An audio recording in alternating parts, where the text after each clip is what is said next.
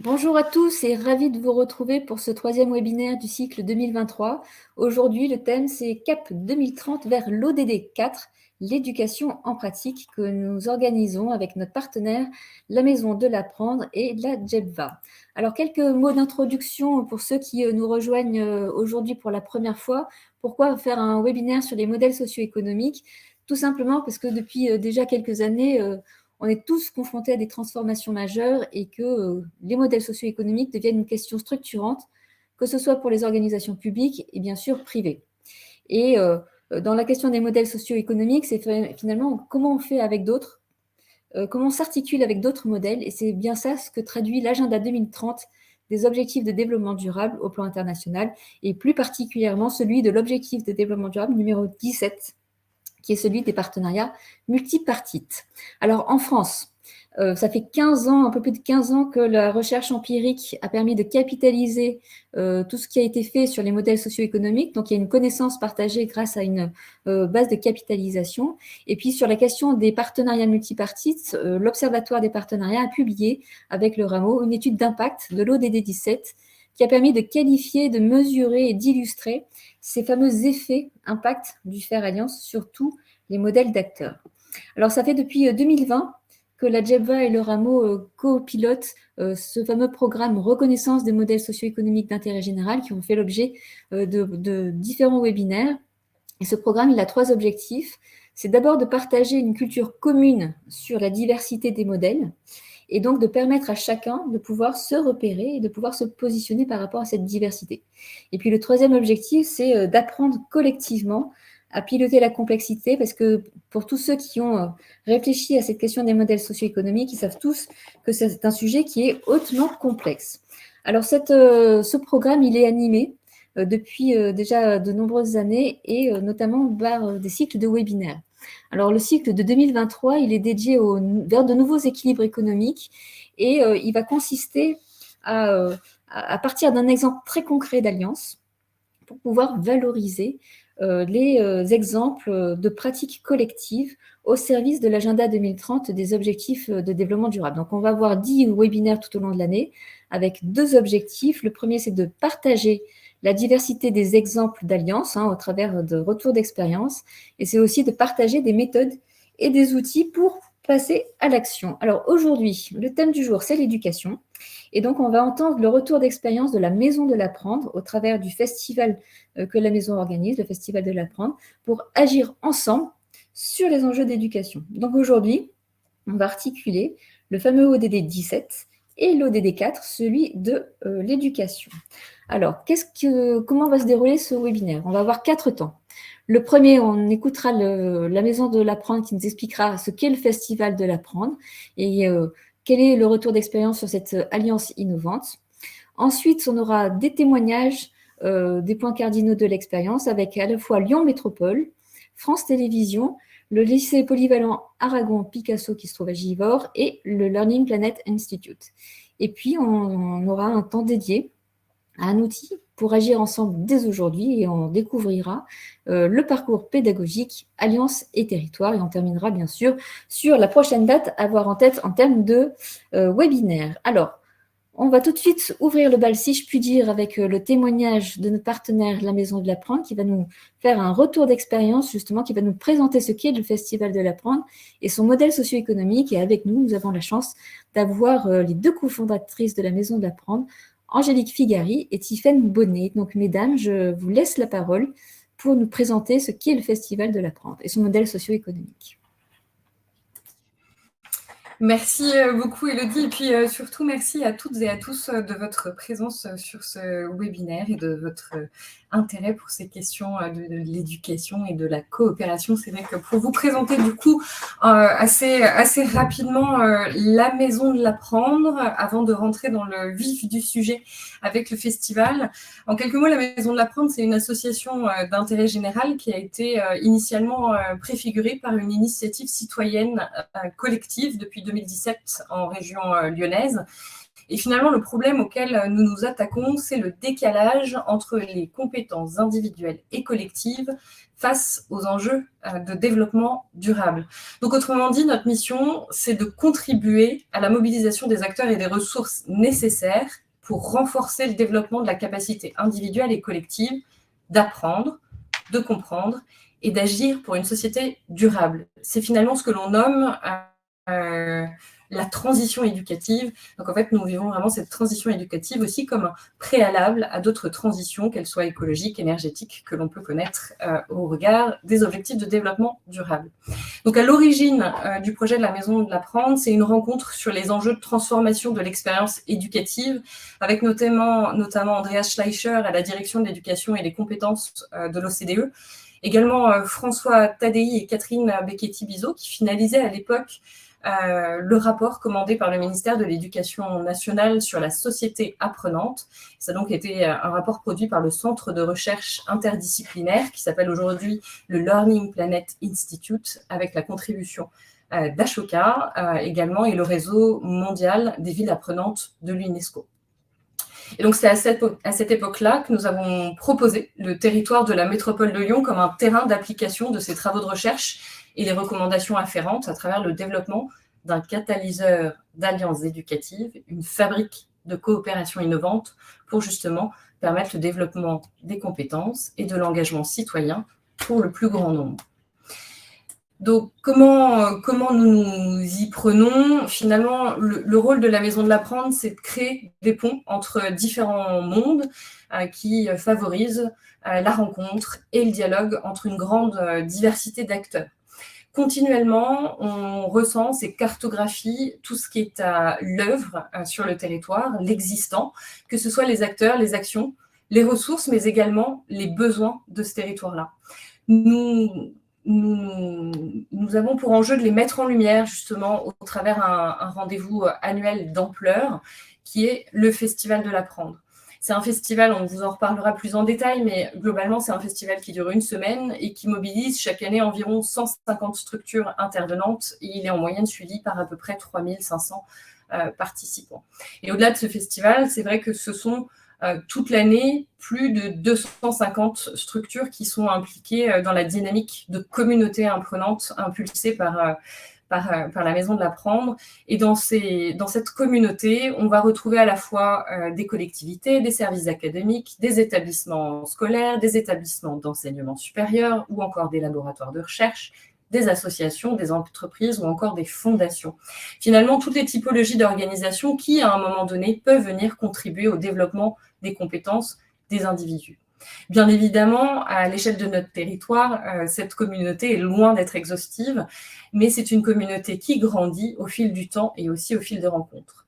Donc, on nourrit des échanges, des liens de proximité avec chacune d'entre elles, pour finalement essayer de comprendre quels sont les enjeux actualisés du territoire, mais aussi les expertises et les besoins qui sont prégnants sur ce même territoire. Donc, on peut ainsi identifier de façon réactive et concertée comment les solutions des uns peuvent venir répondre aux besoins des autres. Et c'est pour ça qu'on programme notamment des rencontres mensuelles pour entretenir et développer ce lien. Donc, dans notre quotidien, on soutient et on accompagne également l'expérimentation en coopération et la diffusion des apprentissages qui sont liés. L'objectif, c'est finalement bien d'évaluer comment l'intelligence collective renforce l'impact des actions de chacun en matière de performance, en matière de pertinence, et comment ces alliances innovantes et efficientes sont un levier pour faire évoluer des systèmes qui sont parfois ankylosés et qui ne sont plus suffisamment alignés et capables d'agilité face aux enjeux de notre société.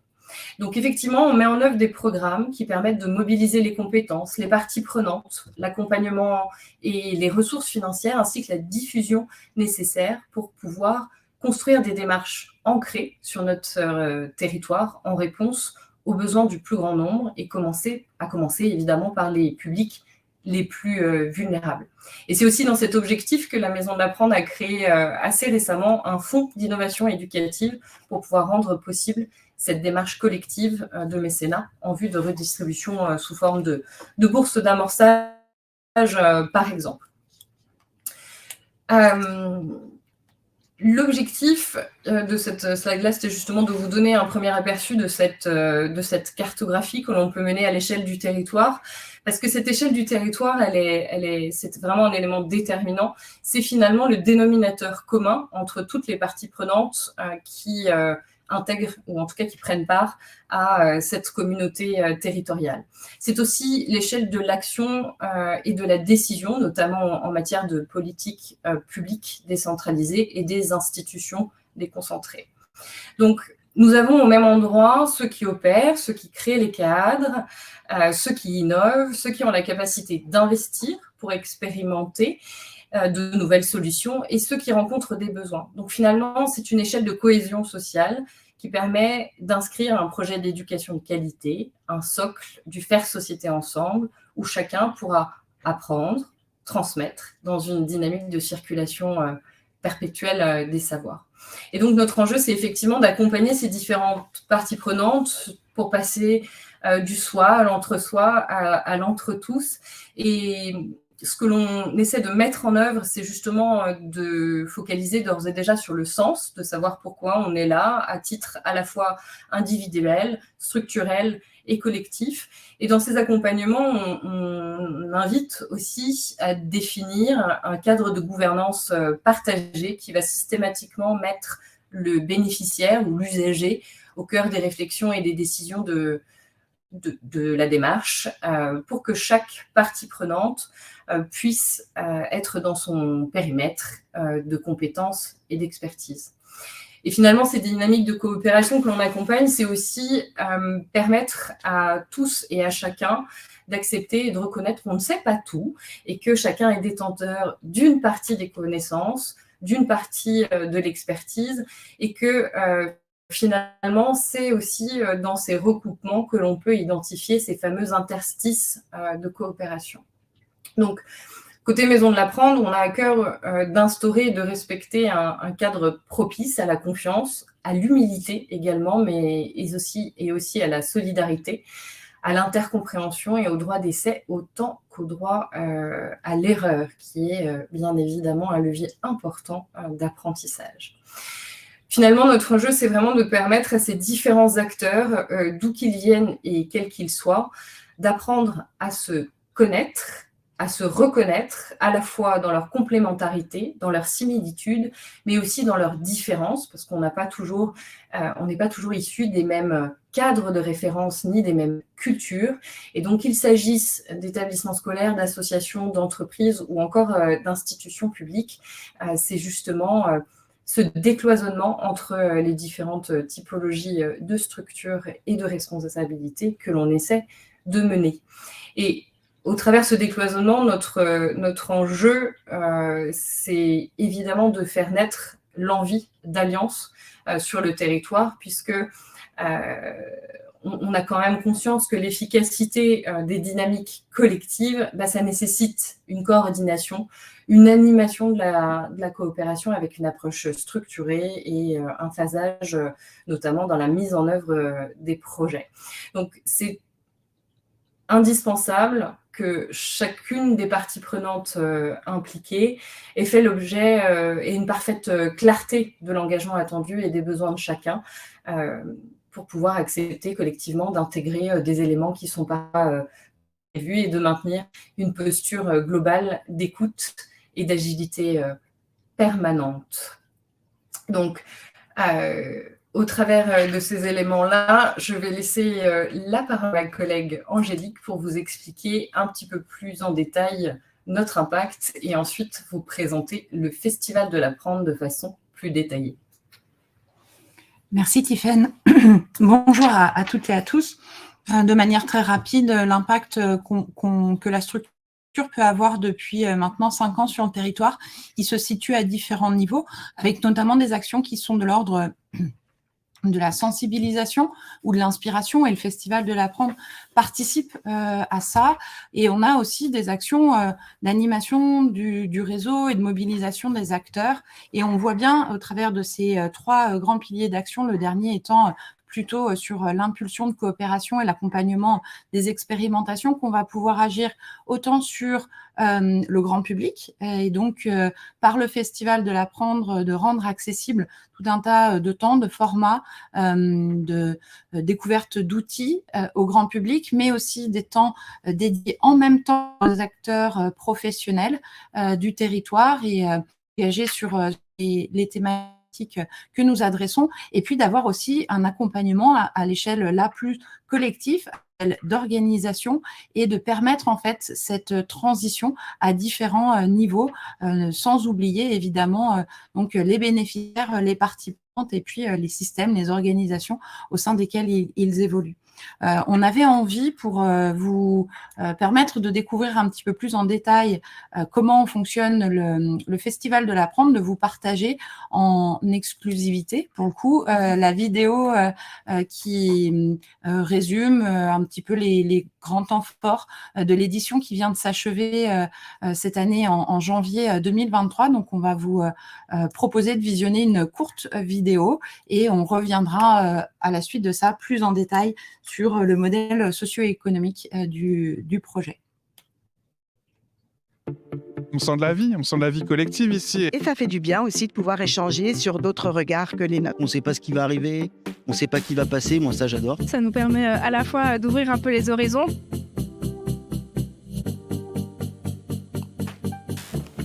Le Festival de l'Apprendre a pour ambition de mettre en lumière tous les acteurs sur le territoire qui participent à apporter des solutions aux enjeux d'éducation.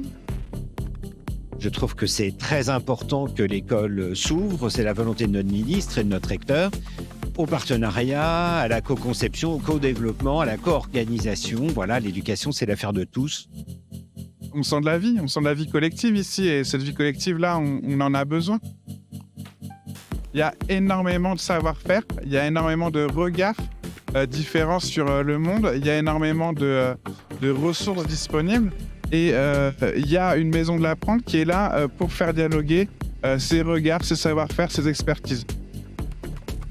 Le festival est un endroit où on peut rencontrer des partenaires qu'on n'aurait pas l'occasion de rencontrer normalement, puisque on a, on va dire, un échange entre les partenaires de l'éducation populaire, les associations, les partenaires du monde éducatif qui ne sont pas exclusivement éducation nationale. Et ça fait du bien aussi de pouvoir échanger sur d'autres regards que les nôtres. Le cadre comme ça, un peu déambulatoire, un peu on ne sait pas ce qui va arriver, on ne sait pas qui va passer, moi ça j'adore. Puisque justement, arrêtons de tout structurer et laissons vivre les choses. Donc c'est pour ça que ça me plaît bien là. La Maison de l'Apprendre est une association sur le territoire de la métropole de Lyon qui identifie, cartographie les acteurs de l'éducation, de la formation, de l'insertion professionnelle.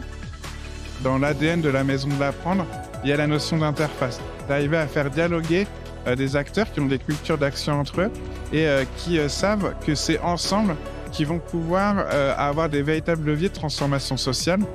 Et sa mission, c'est de pouvoir les accompagner à mieux se connaître, se reconnaître dans leur complémentarité et surtout leur donner envie de développer des projets ensemble et de renforcer leur capacité de coopération.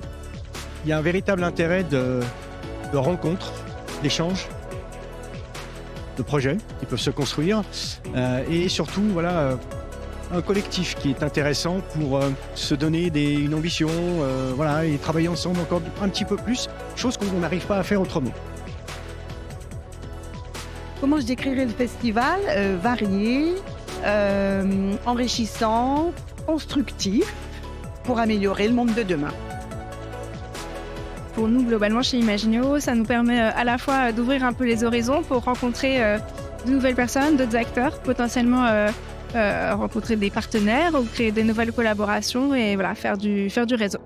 Et trouver des inspirations, des échos à vos actions et puis l'envie de s'engager ou de la force et on va dire de l'énergie pour continuer à le faire.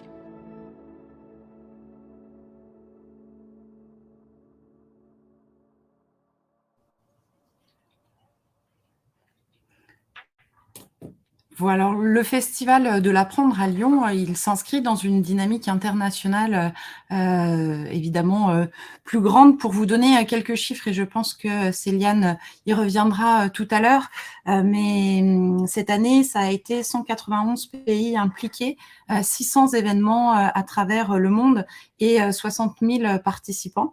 C'est toujours début janvier, autour du rendez-vous proposé par l'UNESCO pour la Journée internationale de l'éducation. Et c'est important, au travers de l'ODD4, d'avoir bien en tête que quand on parle d'éducation au niveau des Nations Unies, on parle d'apprentissage de qualité tout au long de la vie. Donc, l'éducation ne s'arrête pas quand on quitte l'école, quand on grandit, quand on devient adulte, mais c'est bien cette question de penser les apprentissages tout au long de la vie. En résumé, à Lyon, cette année, ça a été 6 jours d'événements, ça a été 3650 participants, 130 événements programmés donc sur cette semaine et la mobilisation de 230 intervenants. On a fait une petite enquête de satisfaction et pour cette 4e édition à Lyon, 80% des participants, intervenants ou festivaliers ont déclaré vouloir absolument renouveler leur participation en 2024 et on voit bien que ce festival, il grandit d'année en année. Alors déjà parce que il est un petit peu mieux connu, même si on le verra, il y a encore du chemin à faire. Il n'empêche qu'il y a vraiment cette démarche de reconnaissance et on pense que effectivement c'est un sujet et un format qui répond à des besoins qu'on va vous partager. Alors pardon, c'est le moment où je ne sais plus comment on fait pour tourner le slide. Voilà. Non. Hop. Le modèle socio-économique du festival. Donc, on s'est appliqué à observer autour de cet événement 3 critères spécifiques d'analyse. Le premier sur la question des ressources humaines et à chaque fois, on s'est posé la question de comment on avait un impact d'une organisation à l'échelle de notre territoire, mais comment est-ce qu'on trouvait aussi une résonance à l'échelle nationale, puisque l'idée est bien ici de pouvoir travailler sur la modélisation du partage d'expériences et d'approches pour permettre au plus grand nombre de s'en saisir. Donc, en matière de ressources humaines, en interne, on a trois salariés qui travaillent sur la coordination générale. Ce festival, c'est pas le festival de la Maison de l'Apprendre, c'est un festival pour le territoire et par les acteurs du territoire. Donc, nous nous chargeons côté Maison de l'Apprendre de la coordination globale de cet événement et surtout de l'animation d'une démarche de co-construction de sa programmation avec l'ensemble des acteurs qui se reconnaissent et qui ont envie de se mobiliser à cette occasion. C'est un événement qui repose quand même très majoritairement sur les contributions dans cette démarche de co-construction, les contributions des acteurs du territoire. Donc, on a fait l'exercice ici de découper, qualifier un petit peu le temps apporté par chaque acteur. Donc, d'abord dans une approche de mécénat de compétences sur les différents temps que je vous évoquais. Donc, ce sont 230 intervenants avec toute la diversité des profils qui ont pu être cités auparavant, qui prennent part à cet événement. Ça représente plus de 2700 heures de contribution. On n'est pas ici sur du bénévolat, c'est-à-dire que c'est bien au titre de l'activité qu'ils ont dans leur structure que ces personnes intègrent la programmation du Festival de l'Apprendre dans leur propre activité professionnelle. On a également toute une démarche donc de concertation, de consultation citoyenne et aussi auprès d'un groupe de personnalités qualifiées, d'experts sur des sujets qui parlent en fait des grandes thématiques, des grands enjeux actuellement sur les questions d'éducation, de formation et d'insertion professionnelle. Et donc, c'est un cercle d'une quinzaine de partenaires qui, en amont de la programmation, vont dialoguer ensemble sur ces sujets-là et comment surtout ces sujets peuvent être communs à des mondes qui sont différents. On a également un soutien qui est indispensable pour l'organisation d'un événement sur 6 jours sur 130 événements au travers de toute la partie logistique, communication, installation. Et là, ce sont une dizaine de collaborateurs, notamment des lieux qui nous accueillent pour pouvoir faire vivre ces événements. Ça a été notamment dans les salons de l'hôtel de ville de Lyon, ça a été à l'hôtel de la Métropole pour la journée des professionnels et puis sur le campus HEP pour la journée grand public. On a également des partenariats avec des établissements d'enseignement supérieur qui mobilisent des étudiants dans le cadre de leur parcours de formation sur des sujets de formation, de communication, et d'engagement citoyen. Et donc, on a une trentaine d'étudiants cette année qui nous ont rejoints pour nous appuyer, nous aider sur ces différentes questions. Et puis, une équipe de bénévoles qui a suivi pendant les 4-5 mois de préparation et la semaine du festival tout un tas de séquences en soutien technique, en diffusion, en mobilisation. Et ça représente quand même plus de 350 heures de mobilisation de bénévoles à cet endroit-là. À l'échelle nationale, on a cette collaboration évidemment avec le Learning Planet Institute qui pilote à la fois la coordination générale sur la dimension internationale et puis un partenariat qui nous lie autour de la coordination sur des événements de Festival de l'Apprendre ailleurs en France, donc une mise en commun, une mutualisation. On a cette année, avec le soutien de l'ADEME, pu travailler à la production d'un kit d'essaimage. Je ne doute pas que Céliane nous en dira un petit peu plus tout à l'heure.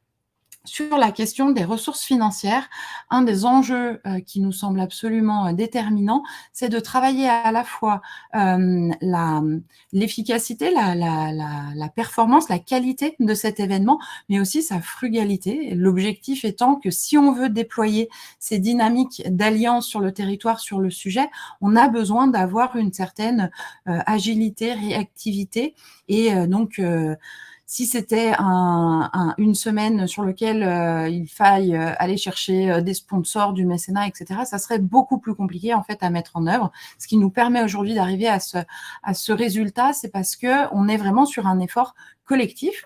Donc aujourd'hui, le festival a différentes sources de financement, des financements publics. À terme, on imagine qu'on pourrait aussi, puisqu'on n'est pas que dans le champ de l'événementiel, mais aussi sur des temps de sensibilisation, de formation, imaginer des financements privés sous forme de parcours de formation qui pourront être proposés à des acteurs du territoire, d'ailleurs que ce soit des acteurs publics ou privés, mais dans une vocation de formation. Et puis évidemment, la contribution des participants. Donc on est sur un événement qui est et qui doit rester gratuit a priori, avec la possibilité pour ceux qui le souhaitent de procéder à un don sur le principe de la conscience et de la satisfaction qu'ils ont pu avoir, des dons en nature, avec notamment la mise à disposition des espaces, parce que cette notion de rencontre et de présentiel est quelque chose de très important, et puis les adhésions des structures qui font partie de la communauté des acteurs de la Maison de l'Apprendre. Mais c'est un point qui est quand même très important pour nous de préciser. On n'est pas là dans une contribution. Il existe des réseaux d'acteurs et sectoriels où le modèle économique repose sur les adhésions des structures. Pour vous donner un ordre d'idée, une structure qui a moins de 5 salariés, la cotisation annuelle est à 50 €. Et pour les plus grosses structures adhérentes, on est à une cotisation de 800 €. Donc, ça montre en fait juste une forme d'engagement et de formalisation de l'intégration d'une communauté, mais c'est pas du tout un levier économique pour le projet. À l'échelle nationale, la Maison de l'Apprendre, avec une coalition d'acteurs, est lauréate d'un programme qui s'appelle Fabrique de territoire et qui vise à développer des communs sur les territoires. Et nous, la candidature qu'on a portée est autour, évidemment, du sujet de l'éducation, de l'engagement citoyen, de la formation et de l'insertion professionnelle. C'est d'ailleurs un financement qui nous permet d'avoir une programmation récurrente et ouverte au plus grand nombre sur 3 ans. Et puis, à l'avenir, on va travailler à la rentrée prochaine sur le lancement avec le Learning Planet Institute d'un cercle national pour accompagner d'autres territoires, d'autres collectifs d'acteurs au travers du déploiement des dynamiques de Festival de l'Apprendre en région. Enfin, le troisième pilier autour donc des alliances et des partenariats, un des enjeux pour la diffusion, la mobilisation et l'appropriation de ce festival, c'est pour nous de pouvoir mobiliser et nous appuyer sur des structures têtes de réseau. Et donc, de regarder autour des différentes typologies d'acteurs qui prennent part au festival, les univers d'où ils viennent et de s'appuyer sur leur réseau de référence. C'est notamment un travail dans le champ de l'économie sociale et solidaire et dans le champ associatif avec des fédérations qui accompagnent ces acteurs-là et de voir comment on est au plus près des enjeux et de la qualité de leur communauté pour s'assurer que le festival apporte une réponse qui fait du sens, qui est utile et qui leur permette aussi de faire connaître leurs activités, leurs solutions. C'est tout à fait la même démarche auprès des collectivités territoriales qui sont du coup aussi en connaissance fine des dynamiques sur le territoire au travers des politiques publiques qui sont déployées et donc de pouvoir être comme ça des relais, des ambassadeurs, des vecteurs de mobilisation et de communication pour permettre au plus grand nombre d'y assister. Ça a été notamment le cas sur cette dernière édition au travers de l'organisation d'une journée dédiée exclusivement aux professionnels du territoire qui s'est tenue à l'hôtel de Métropole, où on a pu faire se croiser des enjeux, des besoins et favoriser la mise en relation entre les différents porteurs de projets et opérateurs. Le Rameau, d'ailleurs, était venu participer au forum et à l'espace des solutions. Il y a évidemment un partenariat stratégique opérationnel avec les services de l'éducation nationale. Ils ont été notamment présent là sur la vidéo à laquelle vous avez assisté. C'est indispensable pour nous que cette réflexion et ce travail de déploiement de réseaux et de dynamique de coopération se fasse avec l'action publique, avec les institutions compétentes sur ces sujets. Et on voit bien que ça vient apporter une réponse complémentaire par rapport aux activités qui sont évidemment déjà déployées, par rapport aux dynamiques aussi de partenariats qui sont existantes, parce que ça favorise l'ancrage et le décloisonnement à l'échelle du territoire. Et puis, on a notamment le campus HEP qui est un partenaire historique du Festival de l'Apprendre à Lyon, puisque c'est notamment le lieu. Donc, on a une mise à disposition de l'intégralité du campus pendant une journée, un samedi, sur la période, pour accueillir le grand public, pour accueillir les structures qui portent des solutions et faire en sorte qu'il y ait aussi une autre manière de vivre et faire vivre ces espaces de la vie étudiante où des publics peuvent se rencontrer et apprendre à se connaître. On a encore un très gros chantier qui nous attend et ça tombe bien parce qu'on va renouveler l'expérience du Festival de l'Apprendre sur les années à venir, mais notamment avec des partenariats médias. Aujourd'hui, c'est un sujet sur lequel la presse ou les médias ne se mobilisent pas forcément instinctivement, de manière intuitive, peut-être aussi parce qu'on ne sait pas forcément comment les approcher, comment les mobiliser. Donc, c'est un chantier qu'on va prendre pour l'année qui vient, en considérant que de la même manière, ces questions d'éducation, de formation, de sensibilisation ne peuvent pas se faire et se penser sans l'implication des médias. On trouvera également à l'échelle nationale un soutien à cette dynamique au plus haut niveau institutionnel, puisque depuis l'origine, le Festival de l'Apprendre est placé sous chaque année le renouvellement du haut patronage du ministère. C'est là aussi pour nous un signe fort que l'institution reconnaît la qualité de la programmation qui est proposée. Et donc, c'est pour chacun des intervenants et chacune des structures qui se mobilisent l'opportunité aussi de faire connaître et reconnaître les engagements, les actions qui peuvent être proposées sur le territoire, et donc d'imaginer comment on lie la question de l'éducation à celle de l'emploi, de l'enseignement supérieur, de la recherche. Et donc, on espère à terme que les ministères concernés se reconnaissent aussi dans cette proposition et rejoignent l'impulsion que le ministère de l'Éducation nationale a pu donner à l'événement.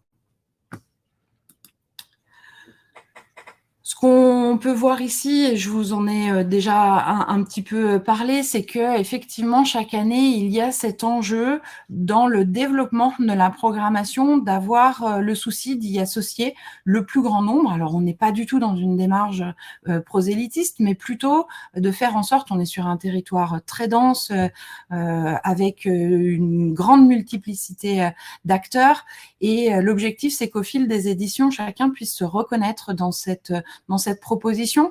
Les facteurs clés de succès pour le renouvellement, la fidélisation des acteurs et des parties prenantes reposent sur une dynamique de mobilisation conjointe entre à la fois l'échelle individuelle, locale, structurelle, à une dynamique plus large qui se situe à un niveau national, de manière à faire converger à la fois les grands enjeux nationaux et des réalités locales, de permettre donc à la diversité d'acteurs qui agissent de se reconnaître dans la programmation, parce que on le voit encore aujourd'hui au travers du bilan qu'on a fait. Pour vous donner une indication, on a 75% des participants qui sont des femmes.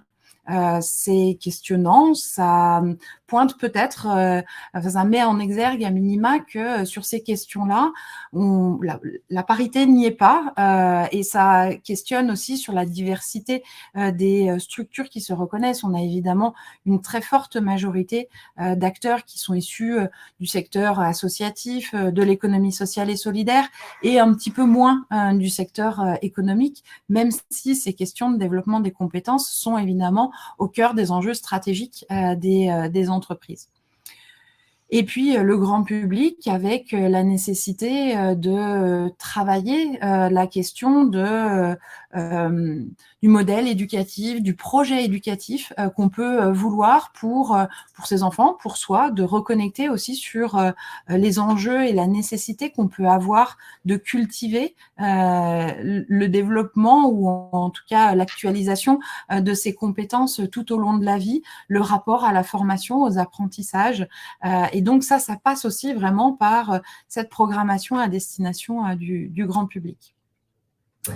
Et on considère que cette programmation, finalement, elle vient répondre, et les retours d'expérience des intervenants et des participants le confirment, elle contribue à se rejoindre et à se mobiliser à l'échelle d'un territoire avec l'envie de renforcer notre capacité à coopérer, à faire alliance, de mettre aussi en lumière, peut-être dans une démarche un peu de plaidoyer, ces grands enjeux sociaux auxquels on a envie, et on contribue à s'engager au quotidien, et puis travailler sur la capacité à développer des relations de confiance entre les différents acteurs.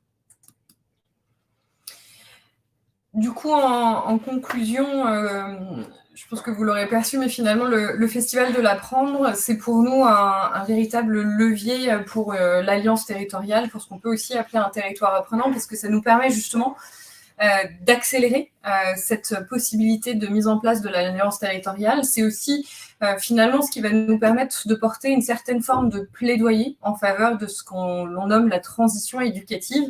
Et puis de façon très pragmatique, ce festival, il nous permet de rendre tangible et visible la catalyse territoriale sur les sujets d'apprentissage tout au long de la vie. Et justement, pour pouvoir illustrer cette notion de catalyse territoriale que l'on souhaite porter au travers du festival, mais aussi plus largement de la Maison de l'Apprendre. Je pense que certains d'entre vous auront reconnu en haut de ce slide justement une ressource mise à disposition par le Rameau sur les différents métiers de la catalyse territoriale. Donc on va retrouver 4 aspects différents dans ces métiers de catalyseurs territoriaux, à savoir le dialogue territorial. Et effectivement, si on transpose ce pilier-là au festival aujourd'hui, il est clair que le dialogue est favorisé au travers de cette démarche de festival, puisqu'on ne construit rien tout seul au travers du Festival de l'Apprendre, on ne construit rien tout seul en amont, pendant, on fait avec aussi différentes parties prenantes, et même à la suite du festival, ce sont également toutes les structures qui ont pris part ou qui souhaiteraient y prendre part à la suite, avec lesquelles nous sommes en dialogue pour pouvoir revenir sur ce qui s'est passé et sur ce que l'on pourrait mettre en œuvre l'année suivante. Le festival, c'est aussi finalement une possibilité d'expérimentation collective. C'est-à-dire qu'on dit souvent que le festival, c'est un bac à sable pour les différentes parties prenantes qui ont envie d'intervenir. C'est-à-dire que chacun a la possibilité de tester des nouveaux formats, de s'adresser à de nouveaux bénéficiaires. Et puis quand on a certains intervenants aussi qui nous disent s'intéresser à une thématique ou à un enjeu similaire, on va systématiquement les inviter à penser une intervention commune au travers de ce dispositif qu'est le festival. Donc effectivement, on peut expérimenter dans le cadre d'un festival de l'Apprendre, et même on adore ça, parce que c'est vraiment fait pour. C'est aussi un levier d'accompagnement, ce festival, parce que ça contribue finalement à la montée en compétence des acteurs du territoire. Il y a des temps d'inspiration, il y a des temps de formation, que ce soit pour le grand public ou justement pour les différents acteurs qui peuvent eux-mêmes contribuer au développement des compétences des individus. Et c'est pour ça qu'on dit souvent que le festival, c'est pas juste un événement, mais finalement, c'est un temps fort de formation collective à l'échelle d'un territoire. Le 4e pilier que nous invite à considérer justement le Rameau, c'est la gestion d'un lieu. Et on a eu coutume de dire jusqu'à présent que finalement, le festival, c'est une sorte de tiers-lieu éphémère qui permet justement d'ouvrir les temps, les lieux, les espaces à des institutionnels, à des acteurs et à différents habitants. Et finalement, si on regarde l'activité globale de la Maison de l'Apprendre, ce qu'on dit souvent aussi, c'est que le festival, c'est un peu la partie émergée de l'iceberg. C'est finalement le rendez-vous annuel qui donne à voir de l'évolution de cette alliance territoriale. C'est à la fois un rendez-vous qui vient clore l'année qui s'est écoulée et en même temps qui vient lancer de nouvelles perspectives pour l'année à venir. Donc c'est vraiment un schéma assez circulaire, et entre 2 festivals de l'Apprendre, c'est toute l'activité de la Maison de l'Apprendre qui prend corps et qui résonne également par rapport à ces 4 piliers différents, puisque ce dialogue territorial, on ne le nourrit pas uniquement pendant le festival, mais c'est bien tout au long de l'année avec des temps de communauté, des temps de co-construction de la programmation, et puis sur les expériences collectives et l'accompagnement, de la même façon, on a pour enjeu de favoriser la coopération entre les différents acteurs. Et sur la question du lieu, on est actuellement en dialogue avec la métropole de Lyon et la ville de Lyon pour pouvoir justement faire émerger un tiers-lieu qui sera donc un lieu totem de ces enjeux de transition éducative et d'alliance territoriale. Parce que, in fine, l'objectif aussi de la Maison de l'Apprendre, c'est de s'inscrire dans une ambition de territoire apprenant, de pôle territorial de coopération éducative sur les enjeux d'éducation, de formation et d'insertion professionnelle, et que ce soit évidemment avec toute la diversité des acteurs d'un territoire qui ont un rôle à jouer dans le développement des compétences des individus, donc que ce soit avec les acteurs politiques, institutionnels, économiques ou encore issus du monde associatif et de l'ESS. Donc finalement, le festival, c'est un des leviers pour pouvoir contribuer à tout cela, mais ça n'est pas forcément autosuffisant et ça nécessite effectivement un travail tout au long de l'année pour que chaque acteur puisse monter en compétence sur ces questions-là et passer justement de l'entre-soi à l'entre-tous dans un enjeu d'innovation, de frugalité, mais aussi de performance dans le sens de l'impact au bénéfice. Merci Tiffaine et merci Angélique. Alors je retiens 2 choses qui sont très très intéressantes et très importantes pour nous. La catalyse, vous l'avez extrêmement bien illustré, ce que veut dire catalyse territoriale, c'est-à-dire cette capacité à faire naître l'envie d'alliance, à faire naître de la confiance. Et ce qu'on dit souvent, hein, c'est qu'un catalyseur, c'est un acteur qui est polyglotte parce qu'il est capable de parler à des écosystèmes très différents et de les mettre autour de la table. C'est ce que vous faites tout au long de l'année avec la capacité à structurer ces fameuses coopérations. Donc ça, c'est vraiment très intéressant. Et le modèle socio-économique du festival qu'a présenté Angélique, c'est vraiment très représentatif finalement de ce qu'on dit quand on parle d'hybridation des modèles, c'est-à-dire comment on voit la complémentarité des uns et des autres et la complémentarité des compétences que vous arrivez à mobiliser, ce qui montre bien la frugalité de ce que permet l'Alliance. Donc merci à vous de nous avoir fait bénéficier de votre retour d'expérience et ça nous permet d'ouvrir la deuxième séquence qui est la séquence des témoignages où vous avez bien vu hein, que le festival était un événement multipartite et qui fait intervenir de nombreux acteurs très différents. Et aujourd'hui, avec Tiffaine et Angélique, l'objectif, c'était de donner la parole à ces partenaires pour qu'ils nous disent quelle est la valeur, qu'est-ce que leur apporte finalement le Festival de l'Apprendre, à la fois pour des acteurs nationaux, mais aussi pour des acteurs territoriaux. Donc avec nous, nous allons avoir le témoignage d'un acteur public territorial avec la métropole de Lyon, celui de France Télévisions qui va nous expliquer ces nouveaux dialogues qui sont permis grâce au festival. Un exemple d'application sur le territoire avec le lycée polyvalent Aragon-Picasso, et puis la question de l'essaimage avec le Learning Planet Institute. Alors, sans plus attendre, je vais laisser la parole à Lucie Vacher, qui est vice-présidente déléguée à l'enfance, la famille et à la jeunesse de la métropole de Lyon, et qui est par ailleurs également conseillère déléguée du 7e arrondissement de la ville, à la jeunesse, la vie étudiante et l'éducation populaire. Donc, Madame Vacher, quels sont les apports du festival à la dynamique d'alliance territoriale qui existe donc à Lyon concernant l'éducation et la jeunesse ? Bonjour à toutes et à tous. Merci pour l'invitation. Alors, je vais resituer dans un premier temps la métropole de Lyon pour celles et ceux qui ne la connaissent pas, parce que c'est une collectivité territoriale qui est unique en France, qui est à la fois une intercommunalité qui regroupe 59 communes et en même temps un département. Donc, dans le périmètre de ma délégation enfance, famille et jeunesse, j'ai par exemple toute la politique de prévention et protection de l'enfance, de l'adoption, de la protection maternelle et infantile et la politique jeunesse de manière transversale. Et cette question de la transversalité ou même du décloisonnement va revenir parce qu'elle est assez présente finalement dans cette politique publique, mais j'y reviendrai. Pour le festival de l'Apprendre, et je crois que ça a été assez bien illustré autant par la présentation que par la vidéo, ça montre que ça permet de rendre visibles des échanges entre une diversité d'acteurs sur ces thématiques, donc de l'éducation et de la jeunesse, à la fois du coup la thématique de l'éducation dont on voit qu'elle est bien plus large et qu'elle se réduit pas à l'éducation nationale, et puis la politique jeunesse qui est aussi très transversale et peut-être particularité supplémentaire ou en tout cas typique du territoire. Qui peut se retrouver peut-être remarqué dans d'autres territoires depuis la création des grandes régions, dans le sens où c'est une politique dont la région est chef de file, mais c'est vrai qu'avec la création des grandes régions, ça a créé une forme de distanciation peut-être entre finalement le chef de file et puis l'application très locale et très territoriale. Et du coup, en tout cas sur la métropole de Lyon, ce qu'on peut remarquer, c'est que c'est une politique qui est peut-être pas forcément très portée ou très pilotée au sens du niveau régional, et que finalement cette question d'interaction et de lien entre les différents acteurs qui peut être mis en place à un niveau plus local, peut créer un espace dans lequel le festival s'inscrit pour venir proposer ces temps d'échange et de rencontres. Ça permet bien sûr de faire connaître des expérimentations et des innovations sociales, et puis aussi potentiellement d'impulser des nouveaux projets qui pourront être coportés.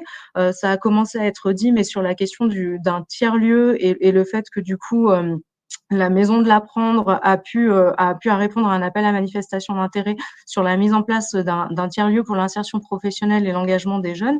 Donc, ça a été à l'issue d'un premier festival de l'Apprendre où finalement différents acteurs se sont alliés pour venir déposer un projet. qui vient participer à une dynamique d'un territoire et répondre à un besoin qui peut par ailleurs être opéré.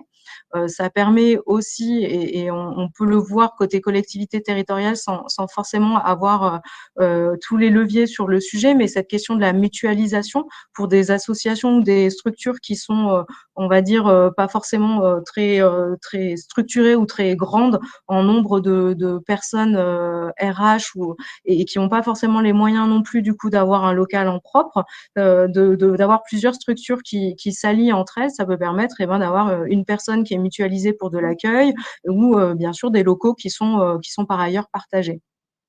Après, je voulais revenir sur la question de la complémentarité et du coup, comment aussi, de ma place et donc à l'échelle d'une collectivité territoriale, cette question de l'éducation et de la jeunesse peut être saisie. Et en fait, on se retrouve tout systématiquement à avoir des enjeux de coopération et de transversalité.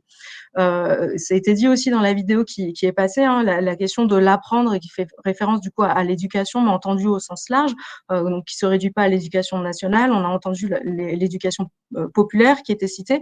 Moi, je rajouterais l'éducation familiale ou encore l'éducation spécialisée. Et du coup, toutes cette panel et ces colorations finalement d'éducation sont réparties en termes de compétences, en tout cas entre différentes collectivités territoriales ou différents acteurs. Et donc, c'est là où on voit bien que l'intérêt de pouvoir échanger, de pouvoir discuter et de pouvoir ensuite porter des actions communes. Je rajouterais un intérêt presque interne, enfin du côté de la métropole de Lyon, qui est une collectivité relativement récente et où on a déjà eu cet effet, ce besoin de décloisonner entre les compétences qui étaient issues du département et celles issues de l'intercommunalité, donc le Grand Lyon et l'ancien Conseil général, où on voyait qu'il n'y avait pas forcément des habitudes de travail en interne, donc par les services, entre les délégations, les compétences issues déjà de ces deux collectivités par ailleurs. Et donc, quand je dis qu'elle est récente, c'est qu'elle est depuis 2015, mais que depuis 2020, on va dire, c'était le premier exercice complet pour cette collectivité. Et on voit déjà les manœuvres en interne pour aussi avoir ces enjeux de décloisonnement et de coopération. Je voulais prendre comme exemple la prévention spécialisée, donc qui est plus communément appelée l'éducation, enfin les éducateurs de rue, où du coup il y a une orientation au niveau de la métropole sur des équipes qui vont intervenir auprès des 10-15 et auprès des 16-21. Donc sur les 10-15, c'est une tranche d'âge où va y avoir des enjeux de lutte contre le décrochage scolaire, qui repérait aussi que c'est souvent à cet âge-là qu'il y a une entrée dans la délinquance qui peut avoir lieu, et que ce sont des mécanismes qui peuvent être liés, c'est-à-dire que lorsqu'un jeune cesse d'une certaine manière à gagner de l'argent facilement, et ben il y a derrière il y a mécaniquement du sens qui va être perdu sur le fait de tenir ses études, d'avoir des diplômes, etc.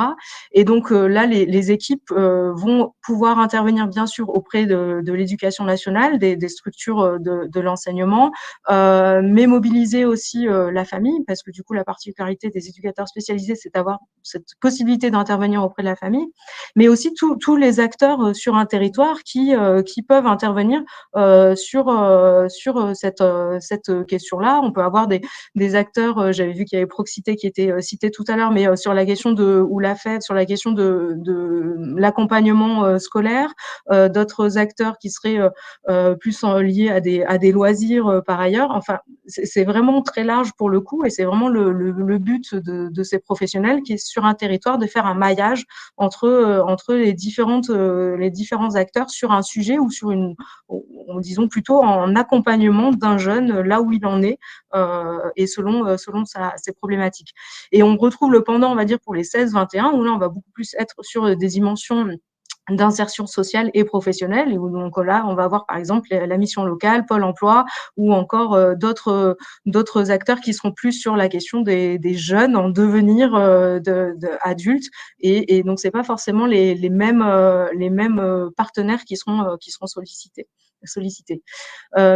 J'avais un autre exemple et qui fait un lien sur la question de la santé, parce que finalement là les équipes de prévention spécialisées, elles peuvent aussi faire ce lien sur les sujets de santé. On sait que ça a été assez prégnant pendant la crise sanitaire, avec des différents dispositifs d'écoute qui ont pu être mis en place.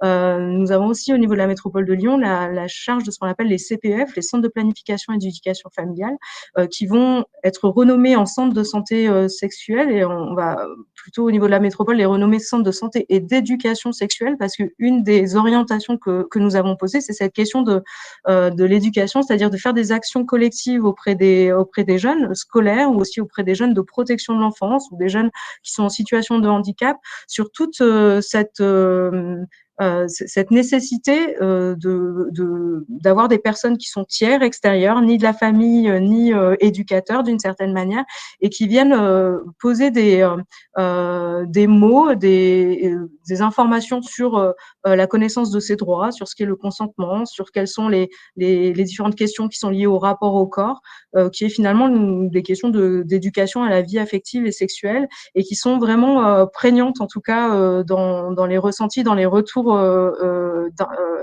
par les professionnels qui se sentent parfois démunis. Et donc voilà, ça fait partie du coup des sujets, des objectifs et des orientations sur lesquels il y a cette construction aussi au local de partenariat. Et je voulais simplement finir sur la question de l'apprendre à devenir citoyen. Ça a été cité aussi, mais cette nécessité, et pour le coup, on le voit bien en tant qu'élu aussi, que la politique, elle se réduit pas à aller voter, ou elle se réduit pas à ce que des élus prennent des décisions à un moment donné, qu'il y a vraiment une nécessité et une importance du coup des actions de la société civile et d'acteurs qui s'engagent à différents niveaux pour venir faire du plaidoyer, pour venir faire des propositions, pour venir être innovants, certainement de manière même, j'allais dire, un peu plus agile que peut l'être une collectivité territoriale telle que la métropole de Lyon. Et du coup, toute cette question aussi de l'éducation à la citoyenneté, pour lequel il est certainement nécessaire, quand on voit que les jeunes ils se désengagent pas de la vie politique, mais du vote d'une certaine manière, ou en tout cas ils ont un rapport plus distancié à l'institutionnel. Donc il y a une nécessité de dialogue, me semble-t-il, entre ces différentes parties, et donc le festival de l'apprendre entre autres, ou en tout cas des actions qui peuvent être proposées, peuvent participer à nouer ce dialogue entre les différents acteurs. Voilà, et en dernière peut-être petite ouverture en termes d'ODD, on était bien sûr sur la question de l'ODD 17 et l'ODD 4, comme ça a été cité. Mais je rajouterai aussi l'ODD 10 sur les inégalités réduites, parce qu'il me semble-t-il, par l'éducation, on participe vraiment à réduire les inégalités. Merci. Merci beaucoup, Lucie, pour votre intervention. Je retiens quelques impacts des synergies créées, de la mutualisation de ressources, de la complémentarité entre les compétences des collectivités et de la coopération en interne. Et donc, merci pour votre témoignage. Alors, pour continuer ce tour de cadran, avec nous, Hélène Amassou, qui est responsable marque employeur culture, innovation RH à France Télévisions. Donc, un peu la même question pour vous. En quoi le festival a favorisé le dialogue territorial avec de nouveaux acteurs et finalement a contribué à inspirer l'engagement sociétal du groupe. Hélène, c'est à vous. Merci beaucoup, Élodie. Bonjour à toutes et tous et ravie d'être avec vous et de partager ce moment avec vous. Alors, pour précision peut-être, donc je travaille au sein de France Télévisions sur les sujets de marque employeur, de culture et d'innovation RH. Donc au sein de la direction des ressources humaines de France Télévisions, ma mission principale consiste à essayer de donner envie aux candidats que nous ciblons, plus particulièrement les jeunes gens, leur donner envie de nous rejoindre et de travailler au sein de nos équipes. Et ma deuxième mission consiste à innover sur le champ social à travers des initiatives qui font sens pour France Télévisions. Il se trouve que par ailleurs, je suis à titre personnel, j'ai envie de dire, passionnée entre guillemets par les sujets qui traitent d'éducation, de transition éducative, par toutes les actions qui peuvent avoir un impact sociétal fort et qui sont notamment en lien avec les logiques d'inclusion et d'égalité des chances. Et dans ce cadre-là, il y a quelques années maintenant, donc si je fais le croisement entre l'innovation et le champ de l'éducation, j'ai participé à la soirée de lancement de la Maison de l'Apprendre qui a été évoquée tout à l'heure, à la Maison de la Danse. Au cours de ce moment-là, j'ai repéré Tiffaine et Angélique et surtout leur envie et leur initiative et leur ambition que j'ai trouvé absolument géniale. Et donc, j'ai suivi leur évolution au cours des années. Alors quand je dis au cours des années, c'est plutôt au cours des mois, jusqu'à ce que j'apprenne très vite qu'un festival de l'apprendre allait se mettre en place à Lyon. Donc un événement totalement inédit et singulier. Et il se trouve qu'à ce moment-là, moi, je venais de terminer avec une collègue un projet, la première édition d'un projet qui s'appelle En mode parcours au sein de France Télévisions, que j'avais mis en place dans le cadre d'un accélérateur, dans le cadre d'un dispositif entrepreneurial. Il se trouve que ce projet, En mode parcours, il avait pour ambition de fédérer des jeunes collégiens sur le territoire en faisant se rencontrer 2 classes de milieux, d'univers et de cultures différents, et de leur proposer d'imaginer ensemble leurs médias pour demain. Donc, en fait, l'idée, c'était de leur donner les clés de France Télévisions, plus précisément les clés de France 3 Lyon, et de leur proposer d'imaginer ce qu'ils aimeraient finalement consommer, entre immenses guillemets, regarder, visionner, entendre demain. Donc concrètement, on a réuni près de 60 collégiens de 2 classes de 4e, l'une à la Croix-Rousse et la deuxième aux Minguettes à Vénissieux, pour les faire réfléchir et produire ensemble avec l'accompagnement et l'aide de professionnels de France 3 Auvergne-Rhône-Alpes sur des formats, finalement leur format autour d'un média qui serait le leur. Clairement, ce projet a été une vraie réussite en interne. Pour nous, une forme d'une combinaison de fierté, d'utilité et d'impact sociétal. Quand on a mené à bien ce projet, on s'est dit que vraiment on tenait quelque chose d'intéressant et on avait très envie de le partager avec d'autres, et sans doute que ce projet, cette initiative puisse vivre sa vie, une vie peut-être différente, mais en tout cas avec une racine et un socle inchangé, parce que pour nous, il faisait vraiment sens à la fois pour l'entreprise, pour les collaborateurs impliqués, mais aussi sans doute pour les enseignants, évidemment pour les élèves, etc. Et donc, on a eu envie de raconter et de partager cette expérience, pourquoi pas de la proposer à d'autres, et surtout de générer de nouvelles connexions pour des éditions à venir. Et il se trouve qu'à ce moment-là, on a donc candidaté pour le premier festival de l'apprendre en 2019, je crois, et il se trouve que notre candidature a été retenue. Pendant ce festival, Tiffaine et Angélique nous avaient positionné notre stand à côté d'un collège, le collège Maria Casares à Rieux, et donc on était en proximité immédiate pour échanger tout simplement. Donc ça s'est fait de manière extrêmement naturelle, et à l'appui de cette rencontre, de manière très spontanée, pendant le festival, on s'est dit que ce serait vraiment très chouette qu'on puisse imaginer une suite à ce projet ensemble. Ce que nous avons fait de manière très simple et finalement très rapide. Alors, il se trouve que le Covid est passé par là et qu'on a eu ensuite quelques difficultés organisationnelles, mais en tout cas, l'énergie collective, l'envie collective était là. Et donc, on a commencé un premier temps d'essaimage avec ce collège. Donc, ce que nous a permis à ce moment-là le Festival de l'Apprendre, c'est déjà de découvrir un écosystème qui est particulièrement riche. Nous, vu de notre quotidien en entreprise, c'est vrai qu'on n'a pas forcément cette ouverture à la fois, alors pas forcément d'esprit, mais en tout cas sur un monde qui est peut-être parfois trop éloigné du nôtre. Ça nous a permis de découvrir des personnes et des personnalités particulièrement engagées. Évidemment, de créer des connexions, alors à minima des connexions neuronales, mais bien au-delà aussi, des connexions entre des gens, tout simplement. Et puis, c'est un vrai levier d'inspiration que de découvrir les actions qui sont menées par d'autres structures de manière particulière, en tout cas différente de nous, de voir que les thématiques sont approchées avec des angles de vue qui peuvent se combiner, que les méthodologies sont variables et souvent très inspirantes. Idem pour les profils, associations, enseignants, etc. Enfin, tout ce qui a été évoqué tout à l'heure par Tiffaine et Angélique. Donc, pour nous, c'était vraiment hyper riche de pouvoir découvrir ce monde et de mettre un pied dans cet écosystème, et surtout de voir à quel point il y avait autant de personnes engagées comme nous, mais dont on n'avait absolument pas connaissance, vers une destination finalement commune. Donc cette première synchronisation, elle nous a donné évidemment envie de poursuivre l'aventure avec la Maison de l'Apprendre. Et donc à l'issue de ce premier festival, nous avons adhéré à la Maison de l'Apprendre au titre de l'engagement de France Télévisions sur le volet innovation RH que j'évoquais en début d'intervention. Donc, à ce moment-là, on a commencé à réfléchir à la façon dont on pourrait avancer, travailler ensemble, dans une logique vraiment de bien commun. On a cheminé ensemble, et puis en interne, moi, j'ai essayé de valoriser au maximum ce qu'était le festival, ce qu'était évidemment la Maison de l'Apprendre, à la fois à un niveau local, donc plutôt le territoire de Lyon et Auvergne-Rhône-Alpes, mais aussi à Paris, puisque le siège de France Télévisions se situe à Paris. Donc l'idée, c'était de créer autant de ramifications, de connexions possibles pour qu'il se passe quelque chose de plus puissant à notre échelle.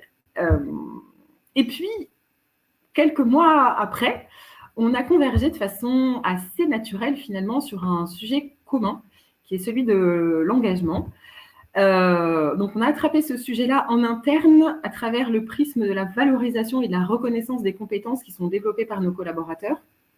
Et notre idée, c'était de trouver une façon de structurer une feuille de route à l'appui de toutes les initiatives et de toutes les actions dites peut-être remarquables au sein de France Télévisions, où qu'elles soient, quels que soient les porteurs et les porteuses, et de voir comment on pouvait rassembler et consolider et valoriser naturellement toutes ces actions et ces initiatives autour de l'engagement citoyen de nos collaborateurs qui aujourd'hui œuvrent de façon peut-être un peu éparpillée auprès d'associations et autres. Donc l'idée, c'était vraiment d'avoir une sorte de catalyseur et puis de trouver des solutions pour valoriser cet engagement en interne.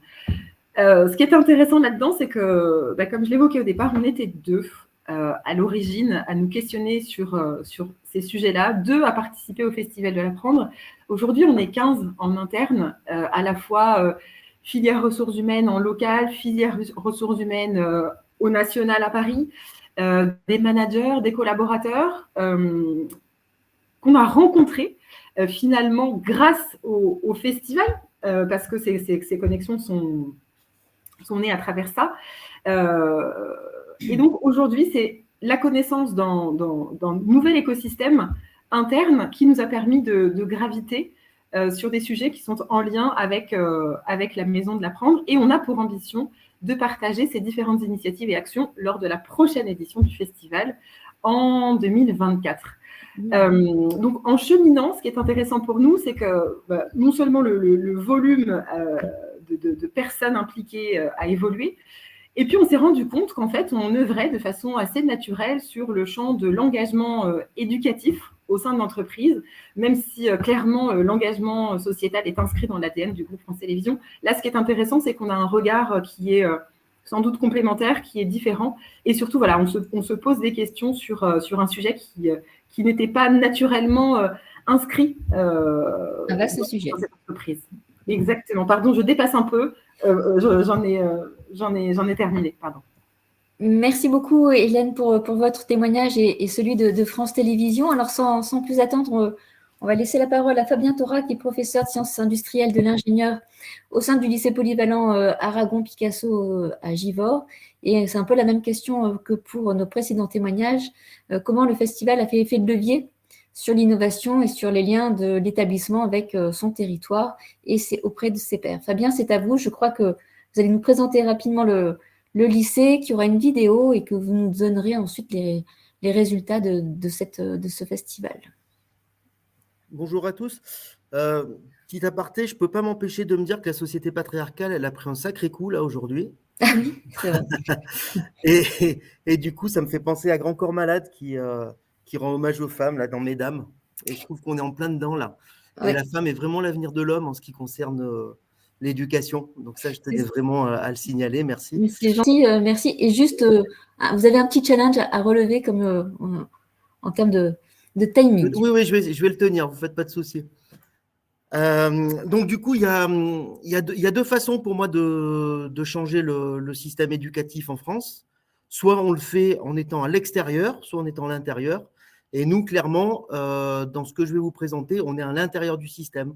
Alors, on peut peut-être voir ça comme le petit ver qui va rentrer dans la pomme et qui va essayer de mettre un peu de beans. Mais voilà, donc c'est pour ça que sur le logo, vous voyez, il y a le lycée Aragon-Picasso et en tout petit, il y a ce qu'on appelle la ventile.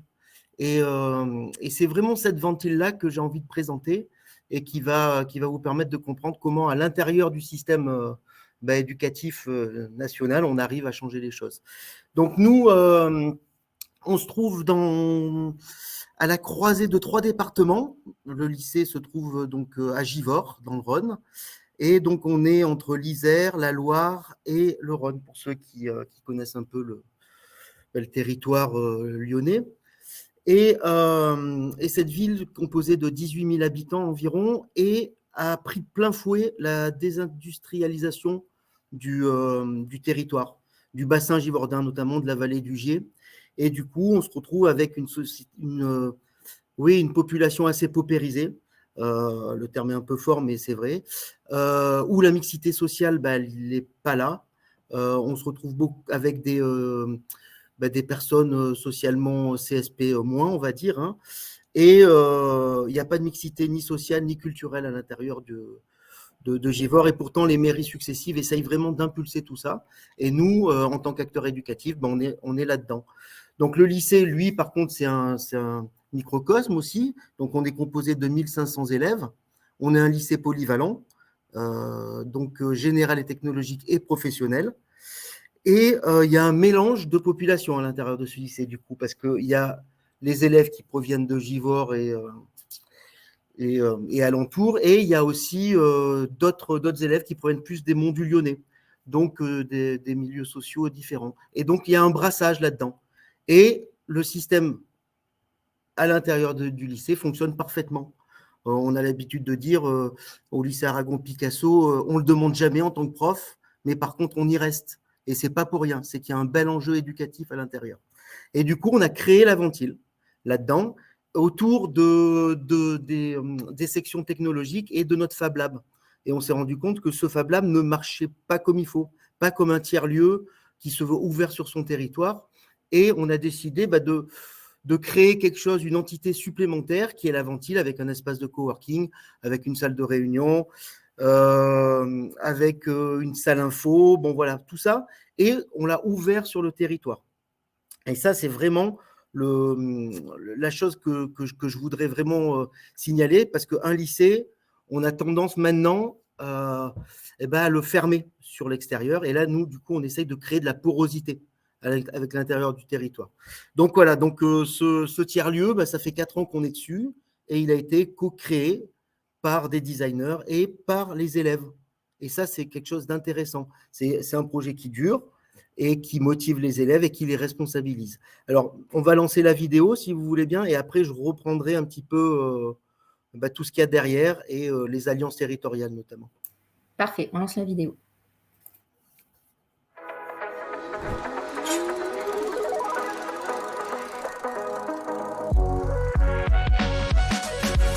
Ce marché de la connaissance, en fait, est organisé par les élèves du lycée Aragon-Picasso qui sont en STI 2D pour, avant tout, présenter leur filière à toutes les secondes de l'établissement dans le cadre de notre parcours à venir et leur montrer ce qu'on fait, en fait, dans la filière, mais d'une manière conviviale et, on va dire, un peu fun, dans un cadre qu'ils ne connaissent pas du tout à l'intérieur d'un établissement scolaire.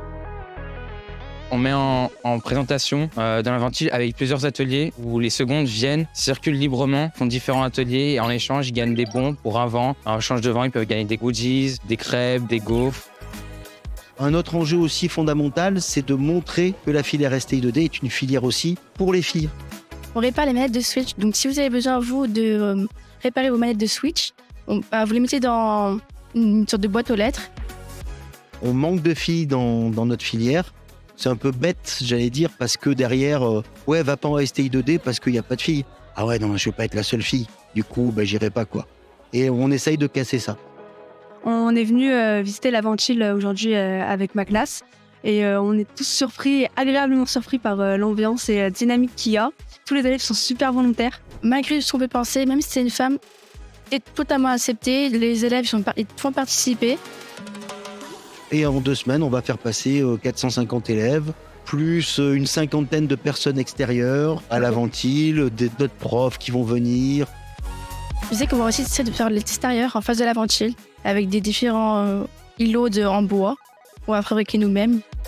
Donc on crée vraiment une vraie émulation à l'intérieur de la Ventile.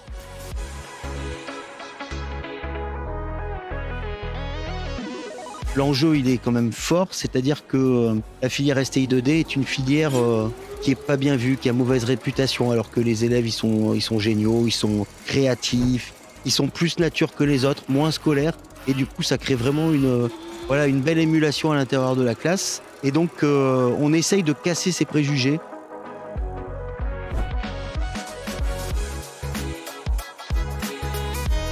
Venez en STI 2D avec nous.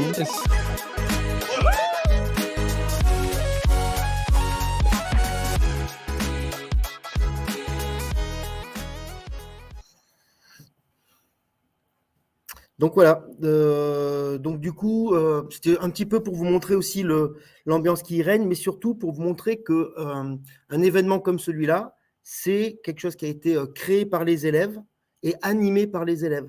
Moi, je tiens vraiment à ce que l'élève soit au centre de ses apprentissages. C'est-à-dire qu'en faisant tout ça, il apprend autrement, il apprend d'autres choses, il apprend le savoir-être et du savoir-faire en même temps, mais plutôt du savoir-être.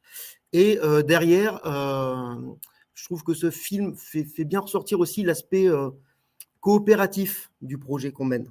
Et ça, c'est primordial, je trouve, avec les enjeux sociétaux actuels. Je pense que la coopération doit venir vraiment en apprentissage principal, même, plus que même du disciplinaire maintenant. Après, ça, c'est ma position. Alors ensuite, maintenant, les alliances éducatives du territoire, il faut savoir que Givors-Grigny, donc les deux villes côte à côte, font partie de ce qu'on appelle un réseau d'éducation prioritaire, même plus. Et derrière, depuis 2 ans, on a eu la labellisation de cité éducative, dans lequel la Ventile est partie prenante et se veut un lieu qui va agréger un petit peu toutes les volontés éducatives et surtout faire du lien dans le parcours éducatif de l'élève. Donc c'est pour ça qu'on est en lien avec la métropole, qu'on est en lien avec la mairie pour les écoles et aussi la région et le rectorat. Donc il y a une vraie cohésion là-dedans. Et à titre d'exemple, je peux vous citer par exemple en termes de territoire, on a beaucoup travaillé avec les habitants, notamment les élèves animent un Repair Café à différents moments de la semaine. Donc les habitants peuvent venir pour faire réparer avec les élèves leur appareil, donc l'obsolescence programmée, économie aussi en termes de matériel à pas racheter. On a eu aussi un projet qui a été magnifique cette année avec le collège de secteur, donc le collège Lucie Aubrac, donc nos futurs élèves. Donc ça permet aussi de familiariser l'élève à son futur lycée. Avec la métropole, ils ont dû présenter du moins un réaménagement de leur rôle d'entrée. Et du coup, les élèves, les ventilateurs qui travaillent à la Ventile, ont aidé à présenter une maquette à l'échelle 1/30e qui a permis de présenter devant le jury à la métropole. Et c'est une petite victoire parce que le collège Lucie Aubrac a réussi à dégoter les subventions. Et ensuite, dernier projet qui va arriver fin mai, c'est qu'on s'est rendu compte que les élèves, les lycéens, les grands gaillards là, que j'ai, adorent apprendre aux autres et adorent apprendre à plus petit que soi. Et du coup, en fin mai, on va faire venir des petites sections à la Ventile pour, avec eux, travailler sur la création d'un jeu de société. Et du coup, ça va être un moment magnifique parce que j'aimerais bien voir comment ils vont se comporter, mes gaillards, avec les tout petits là. Et je pense que ça va être assez exceptionnel comme moment. Donc voilà les liens qu'on fait au niveau du territoire. Merci Fabien, et vous nous direz ce que ça produit vos gaillards. Merci à vous. Et alors pour terminer ce tour de témoignage, nous avons avec nous Céliane Deluca, qui est chef de projet Communauté Alliance Learning Planet au Learning Planet Institute. Et pareil, même question, quelle valeur a apporté ce projet d'alliance territoriale à l'Institut qui, par ailleurs, accompagne son essaimage, que ce soit au niveau national et international? Merci beaucoup. Oui, alors on a déjà parlé un peu du Learning Planet Institute. En quelques mots, pour résumer, donc, l'Alliance Learning Planet, pour laquelle je travaille, est née grâce au soutien du Learning Planet Institute à Paris et de l'UNESCO. Et l'Institut lui-même, qui était, comme dit plutôt, le centre de recherche interdisciplinaire, explore et expérimente des nouvelles manières d'apprendre, de coopérer pour répondre aux besoins et des jeunes et plus globalement de la planète. Et l'Alliance est une communauté de pratique mondiale. On a à peu près 300 organisations partenaires dédiées au même sujet, à la transformation de l'éducation et à la co-construction d'une société apprenante. Et on a un temps fort annuel qui est le festival, le Learning Planet Festival, qui a lieu chaque année autour de la Journée mondiale internationale de l'éducation. Donc là, c'était le 24 janvier 2023, pendant une semaine. Et l'Alliance a été fondée donc en 2019 et dès janvier 2020, nous avons organisé le premier festival. Alors, avec la pandémie, etc., ce n'était pas forcément en présentiel, mais ce qui est important, c'est que le but était dès le début, dès l'origine, de célébrer ce qui fonctionne dans cette transition éducative, mais aussi de proposer des nouveaux récits, des ressources pour accélérer la transition de l'éducation. Et dès que nous avons fondé ce festival, nous avons souhaité mettre l'accent sur les territoires, notamment en France, sur l'ancrage territorial. Et on a eu l'honneur de voir la Maison de l'Apprendre s'approprier vraiment ce festival pour en créer sa version à Lyon, le Festival de l'Apprendre. Et ça a été un exemple emblématique, en fait, d'événements locaux qui a une profonde connaissance des enjeux locaux, régionaux, et dans une dynamique internationale que je vais évoquer très rapidement.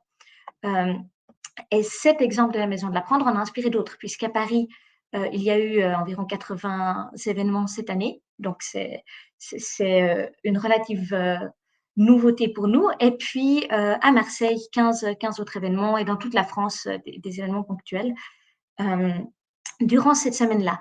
Parce qu'il faut savoir qu'en plus de ces festivals de l'apprendre quelque part essaimés, une particularité du festival est qu'on invite toute organisation partout dans le monde intéressée par ces sujets à nous proposer un événement sur notre plateforme.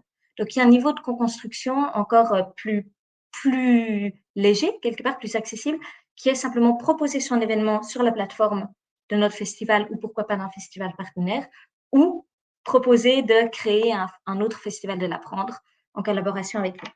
Et au total, on a eu environ 600 événements cette année.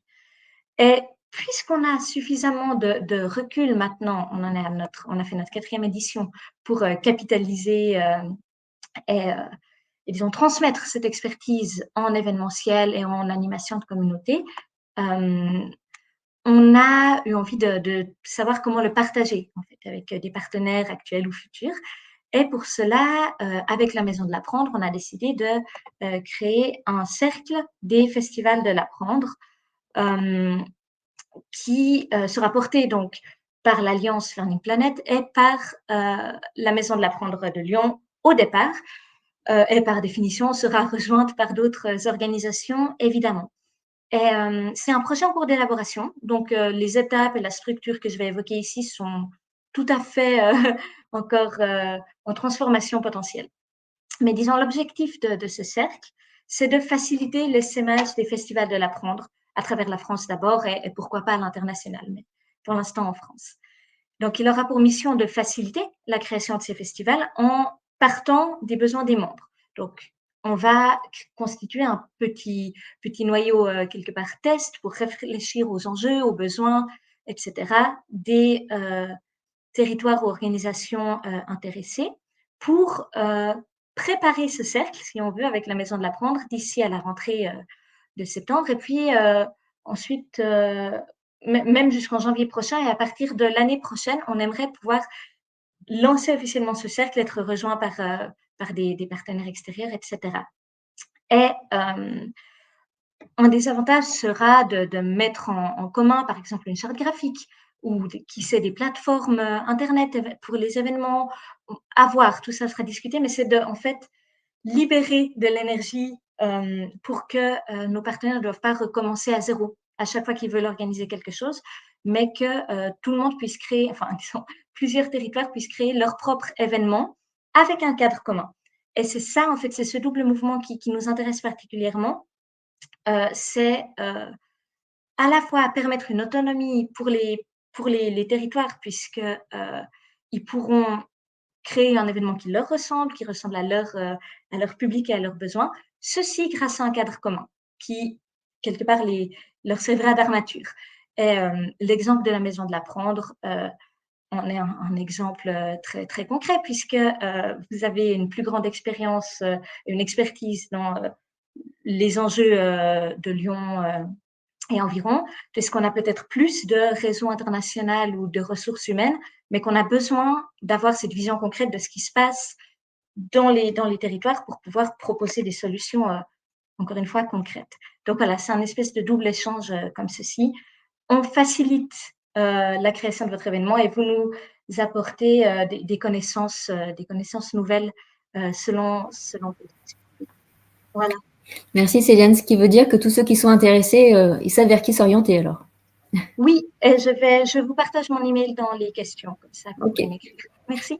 Merci à vous Céliane, merci à vous tous pour votre témoignage. Alors, on va passer à la dernière séquence sur le partage d'outils pour agir ensemble dès aujourd'hui, donc la présentation du parcours pédagogique Alliance et Territoire, et pendant qu'on va lancer la vidéo dans quelques instants, mais en attendant, on avait fait un petit exercice avec nos intervenants sur quel serait le mot qui illustrerait le mieux l'alliance pour chacun d'eux.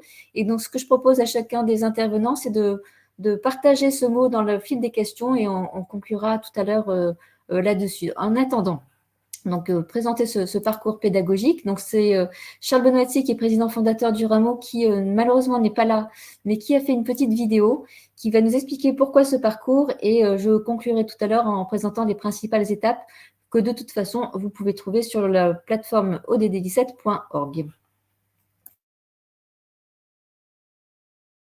Bonjour à toutes et à tous. Je suis très heureux de vous annoncer le lancement de la nouvelle version du parcours pédagogique Alliance et Territoire, réalisé en partenariat avec le ministère de l'Éducation nationale et de la jeunesse, du secrétariat d'État chargé de l'économie sociale et solidaire et de la vie associative, du groupe Caisse des dépôts, ainsi que du fonds ODD 17.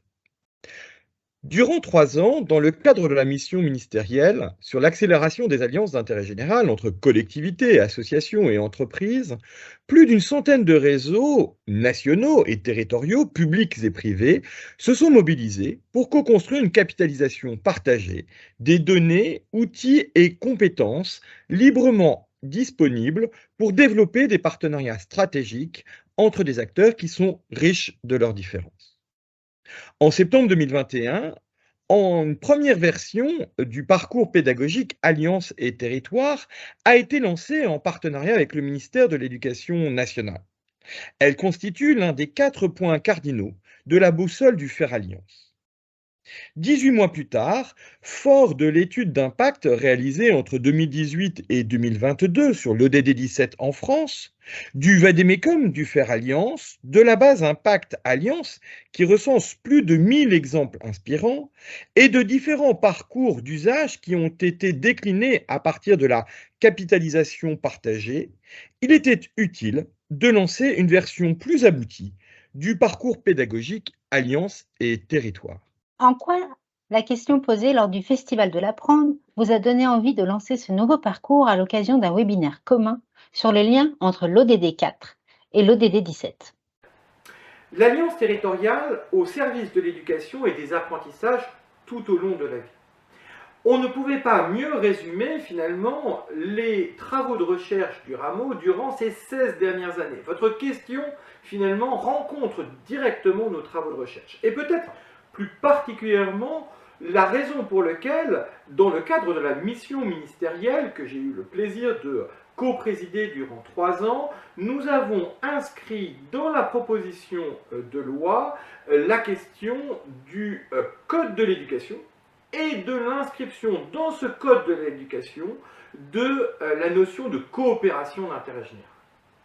Pourquoi associer le droit d'alliance d'intérêt général avec cet apprentissage finalement de ces alliances d'intérêt général? Et nous sommes au cœur de la rencontre entre l'ODD 17 et l'ODD 4.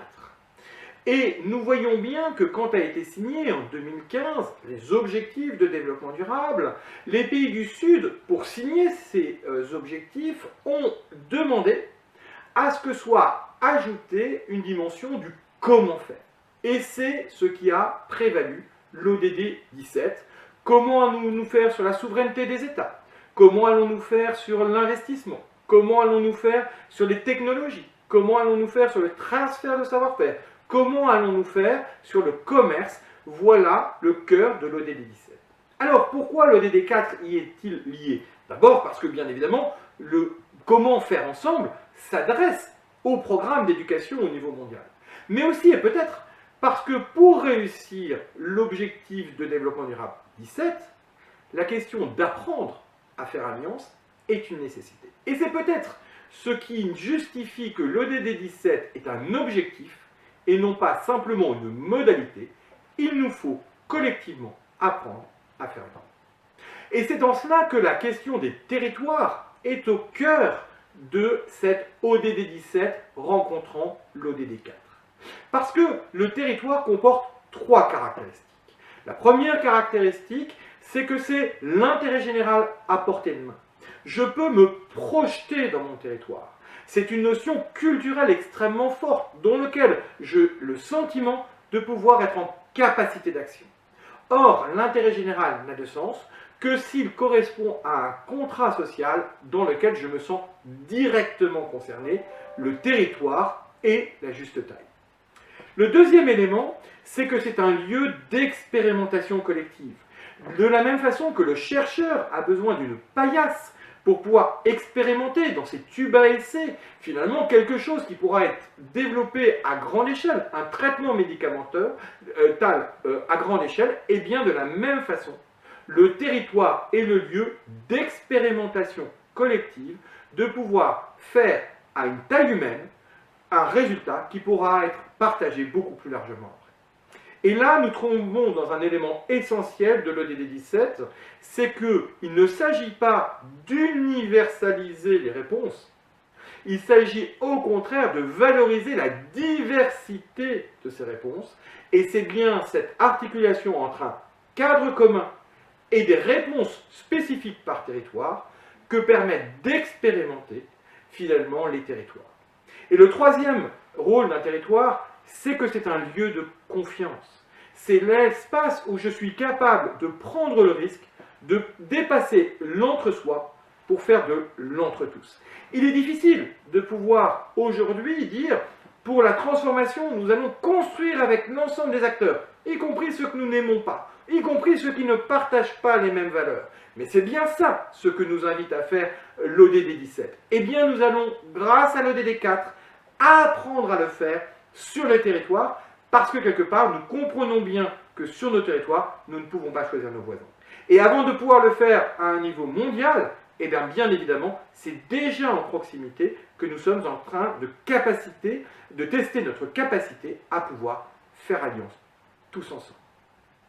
Et bien évidemment, il est important, troisième point, de regarder finalement où nous en sommes en France sur cette capacité à faire alliance. Et c'est là où l'étude d'impact qui a été réalisée avec l'Institut pour la recherche de la Caisse des dépôts entre 2018 et 2022 était essentielle.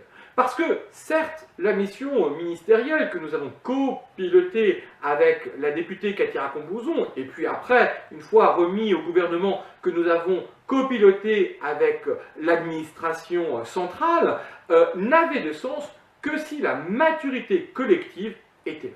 Or, c'est ce que nous a démontré l'étude d'impact réalisée par l'Observatoire des partenariats, 21 études statistiques, 1000 exemples inspirants recensés, 7 débats nationaux, 50 débats territoriaux, pour arriver à la conclusion que nous sommes beaucoup plus en avance que nous ne le pensons en France sur cette capacité à faire alliance. Nous avons finalement, sous le boisseau, sous les radars, une réalité déjà présente que nous devons aujourd'hui apprendre à valoriser. Et cette démarche d'apprentissage de la valorisation, elle doit déjà être mesurée. Et entre 2015 et 2022, nous sommes passés de 36% des entreprises de plus de 10 salariés qui étaient dans cette démarche de co-construction à travers des partenariats sociétaux, que ce soit les pratiques responsables, la coopération économique, l'innovation sociétale ou le mécénat, à 57% des entreprises françaises de plus de 10 salariés qui sont passées dans cette dynamique-là. Qu'est-ce que veut dire ce chiffre? Que nous sommes passés du devoir d'alliance en 2015 à l'envie d'alliance en 2022. Et c'est bien ça la bonne nouvelle que je voudrais partager avec vous aujourd'hui. Nous pouvons engager cet apprendre à faire alliance tous ensemble, puisque c'est déjà une réalité de terrain qu'il nous faut apprendre à pouvoir valoriser ensemble. Donc il nous faut apprendre à faire alliance, il nous faut apprendre à dépasser l'entre-soi pour faire de l'entre-tous, mais peut-être et avant tout faut-il apprendre à reconnaître et à voir ce qui existe déjà dans cette capacité à faire ensemble pour pouvoir mieux en rendre compte. Ainsi, je vous invite à découvrir la nouvelle version du parcours pédagogique Alliance et Territoire pour faire ses premiers pas en 2 heures, en 4 heures ou en 12 heures selon vos besoins. Vous la trouverez sur la plateforme odd17.org. Bon voyage à la redécouverte de notre capacité collective à faire alliance. Voilà donc la présentation de ce parcours. Donc c'est un parcours pédagogique qui est pas à pas et qui se découpe en 4 étapes. La première qui permet de comprendre ce que sont les alliances, avec une première étape qui vous permet de connaître les bases de la co-construction du bien commun, des alliances, avec 4 fiches pratiques. La deuxième étape en 30 minutes qui vous permet de vous situer dans votre écosystème grâce à des exemples et de données fiables sur les acteurs, les territoires et les domaines où il y a des coopérations. Donc, première étape en 2 heures. Deuxième phase, c'est de se permettre de se positionner, notamment en 1h30, vous pouvez qualifier vos objectifs, de les définir en partant des besoins de votre écosystème. Et ça vous permet d'accéder à des webinaires. Et puis, à partir de là, c'est de pouvoir choisir de découvrir les différentes méthodes et outils qui vont vous permettre de piloter vos partenariats. Donc, ces 2 premières phases, ça dure 4 heures et ça vous permet d'identifier finalement la méthode et les moyens qui vont vous permettre d'initier la démarche. Ensuite, la 3e phase, c'est de se former. Et là, vous avez la possibilité de choisir le MOOC qu'on a co-élaboré avec l'ESSEC qui vous correspond le mieux en fonction de vos objectifs. Donc, ça peut être un MOOC sur les partenariats, ça peut être un MOOC sur les alliances et territoires, ça peut être un MOOC sur modèles socio-économiques. Et à partir de là, les 2 dernières étapes vont vous permettre de passer à l'action. Tout d'abord en réalisant un autodiagnostic qui va vous permettre de mesurer votre propre maturité et de pouvoir accéder à différentes ressources complémentaires. Et une fois que vous serez à l'étape numéro 7, vous serez prêt à piloter la diversité des démarches partenariales et donc de pouvoir accéder à une base, la base Impact Alliance Innovante, qui vous permet d'accéder à des ressources complémentaires. Ça peut être de l'information hebdomadaire via les jeudis de l'ODD 17, ça peut être des exemples de partenariats innovants, ça peut être également l'accès à 350 contacts territoriaux que nous, on appelle les catalyseurs territoriaux, comme la Maison de l'Apprendre, et puis de pouvoir aussi bénéficier d'une veille régulière sur l'innovation sociale. Donc, ce parcours-là, on vous le présente assez rapidement, ces 4 phases que vous pouvez découvrir en détail dans les jeudis de l'ODD 17, et tout ça, évidemment, est disponible sur la base de capitalisation qui s'appelle odd17.org, dont vous voyez l'adresse juste en bas de ce slide. Donc, surtout, ne pas hésiter à les consulter, puisque tout ça est bien sûr disponible en accès libre et c'est à disposition de tous. Si vous avez des questions, vous pouvez évidemment revenir vers nous pour qu'on puisse y répondre. Alors, dans le chat, vous avez vu que, pour conclure, que si on devait résumer les quelques qualificatifs qui illustrent le mieux Alliance pour nos différents intervenants, on a agilité, cordée, efficience, connexion est disponible. Donc, tout ça pour résumer ce que veut dire, ce que pourrait illustrer l'Alliance selon nos intervenants. Merci à tous pour ce webinaire. Le prochain, il est dédié à la question énergétique et notamment à la lutte contre la précarité énergétique, puisque notre partenaire du 20 avril, ce sera l'association Stop à l'exclusion énergétique. Et donc, là, on verra l'articulation entre l'ODD 7 et l'ODD 17. Merci à tous pour votre participation. Merci à nos différents intervenants pour vos présentations très riches et passionnantes. Et je vous dis à tous une très, très bonne journée et une très bonne fin de semaine. Merci à tous. Merci beaucoup. Merci, à bientôt. Merci.